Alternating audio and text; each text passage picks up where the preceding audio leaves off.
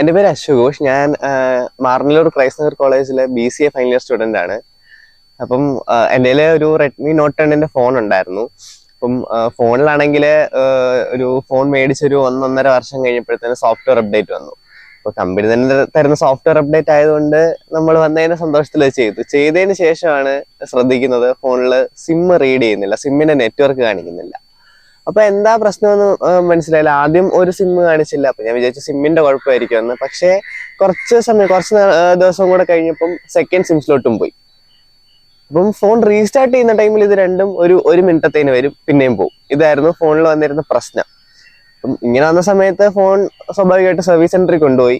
Warranty കഴിഞ്ഞിരുന്നു, 1 വർഷം കഴിഞ്ഞിരുന്നു. സർവീസ് സെന്ററിൽ കാണിച്ചപ്പോൾ അവര് ഫോൺ നോക്കിയിട്ട് പറഞ്ഞു ഫോണിന്റെ ബോർഡ് പോയതാണ്, ബോർഡ് ചേഞ്ച് ചെയ്യണമെന്ന് പറഞ്ഞു. ബോർഡ് മാറാൻ ഏകദേശം 5000-6000 രൂപ അടുപ്പിച്ചാവും. 12,000 രൂപയ്ക്ക് മേടിച്ച ഫോണിന് ഒരു 5000 രൂപ കൊടുത്ത് ബോർഡ് മാറുക എന്ന് പറയുന്നത് ഒരു നല്ല കാര്യമായിട്ട് തോന്നിയില്ല.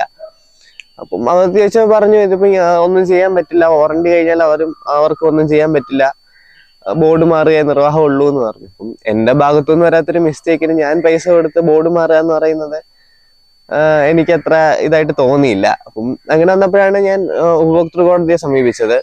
അവിടെ ചെന്ന് എങ്ങനെയാണ് ഒരു കേസ് ഫയൽ ചെയ്യേണ്ടതെന്നുള്ള കാര്യങ്ങളൊക്കെ പഠിച്ചു.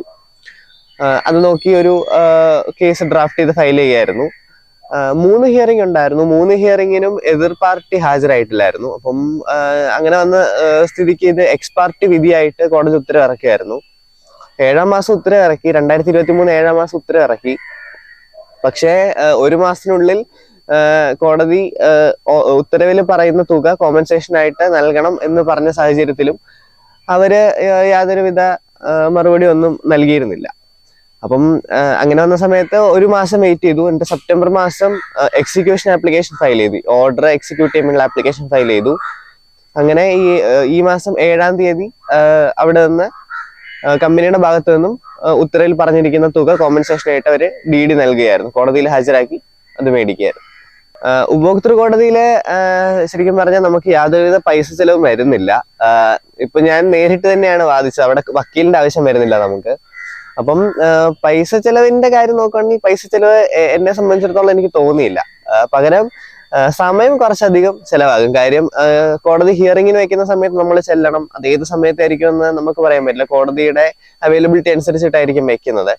അപ്പം അങ്ങനെ ഒരു സമയത്തിന്റെ ഒരു പ്രശ്നം കൊണ്ടാണ് കൂടുതൽ ആൾക്കാരും ഈ ഒരു ഇതിലേക്ക് പോകാത്തത്. കാര്യം ഇതിന് തന്നെ എനിക്ക് ഏകദേശം 1 വർഷത്തിന് അടുത്ത് എടുത്തു ഉത്തരവ് ഇറങ്ങി കോമ്പൻസേഷൻ കിട്ടാൻ വേണ്ടിയിട്ട്. അപ്പം അതാണ് മെയിൻ ആയിട്ടൊരു തിങ് വരുന്നത്. നമുക്ക് കോടതിയിലെ ഹിയറിംഗ് നമ്മൾ നേരത്തെ തന്നെ അവിടെ ചോദിച്ചു കഴിയുമ്പോൾ അവർ പറയും അടുത്ത ഹിയറിംഗ് ഇന്ന ദിവസത്തിനാണ് വെച്ചിരിക്കുന്നതെന്ന് പറയും. അപ്പൊ ആ ദിവസം നമ്മൾ ഫയലും സംഭവങ്ങളായിട്ട് ചെല്ലുക എന്നുള്ളതാണ് ആദ്യത്തെ പ്രൊസീജിയർ. അപ്പൊ അവിടെ ചെന്ന് കഴിയുമ്പോൾ കേസ് അവർ വിളിക്കും. കേസ് വിളിക്കുമ്പോൾ നമ്മൾ തന്നെയാണ് ഫയലും മറ്റുമായിട്ട് മുമ്പിലേക്ക് ഹാജരാവേണ്ടത്. അപ്പം ജഡ്ജി അവിടെ പ്രസിഡന്റിനും മറ്റും എന്തെങ്കിലും സംശയങ്ങൾ ഉണ്ടെങ്കിൽ അവർ ചോദിക്കും, നമ്മളപ്പോൾ അതിനുള്ള മറുപടി പറയുക. പിന്നെ എതിർ പാർട്ടി ഉണ്ടെന്നുണ്ടെങ്കിൽ അവർ ഉന്നയിക്കുന്ന വാദത്തിന് നമ്മൾ സത്യവാങ്മൂലം സമർപ്പിക്കും. അതായത് നമുക്ക് അതിന് എന്താണ് പറയാനുള്ളതെന്ന് നമ്മൾ രേഖാമൂലം രേഖപ്പെടുത്തി കൊടുക്കുകയാണ് ചെയ്യുന്നത്.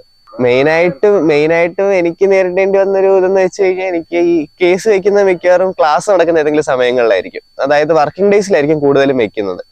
അപ്പം ആ ഒരു സമയത്ത് പോകാൻ പറ്റാത്തതിന്റെ ചില പ്രശ്നങ്ങൾ ഉണ്ടായിരുന്നെങ്കിലും അഡ്ജസ്റ്റ് ചെയ്തൊക്കെ പോയി. പിന്നെ കോടതി അന്തരീക്ഷം നമ്മൾ കാണുന്ന പോലെ അത്ര വലിയ ഭയാനകമോ പേടിപ്പെടുത്തുന്നതായിട്ടുള്ളതൊന്നും അല്ലായിരുന്നു. കാര്യം അവർ ഭയങ്കര ഫ്രണ്ട്ലി ആയിട്ട് തന്നെയാണ്.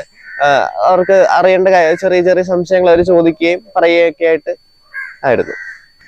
മെയിനായിട്ടും ഞാൻ ഇതിനെപ്പറ്റി തന്നെ റിസർച്ച് നടത്തി. അതായത് നമുക്കിപ്പം ഗൂഗിൾ പോലുള്ള പ്ലാറ്റ്ഫോമുകൾ അവൈലബിൾ ആയിട്ടുള്ളപ്പം എങ്ങനെയാണ് ഒരു കേസ് എങ്ങനെയൊക്കെ ഫയൽ ചെയ്യണം, ഏതൊക്കെ രീതിയിൽ ഇത് കൊടുക്കണം എന്നുള്ളതൊക്കെ അന്വേഷിച്ചിരുന്നു. പിന്നെ വീട്ടിൽ നിന്നും നല്ല സപ്പോർട്ടായിരുന്നു ഇത് ഫയൽ ചെയ്യുന്നതിനെ തുടർന്ന്. അച്ഛൻ്റെ കുറെ ഫ്രണ്ട്സിൻ്റെ അടുത്തൊക്കെ സജഷൻസ് ചോദിച്ചിരുന്നു. അങ്ങനെയൊക്കെ ആയിരുന്നു പോയത്. ഫോർമാലിറ്റീസ് അവർ പറഞ്ഞു തന്നു. അത് മാത്രമല്ല കോടതിയിൽ നിന്ന് തന്നെ അവരുടെ ഭാഗത്തു നിന്നും എങ്ങനെയൊക്കെ ഇത് എഴുതണം, ഇനി എന്തൊക്കെയായിരിക്കും അടുത്ത ഫോർമാലിറ്റീസ് വരാനുള്ളതെന്നൊക്കെ അവർ തന്നെ പറഞ്ഞു തന്നിരുന്നു. കോടതിയിൽ ഇത് സ്ഥിരമാണ്, അതുകൊണ്ട് അവർക്ക് ഇതൊരു പുതുമയായ കാര്യമല്ല. പക്ഷെ എങ്കിലും ഫ്രണ്ട്സിന്റെ ഇടയിലും ബാക്കിയുള്ളവരും എല്ലാം കുറെ അധികം അഭിനന്ദനങ്ങൾ പറഞ്ഞിരുന്നു.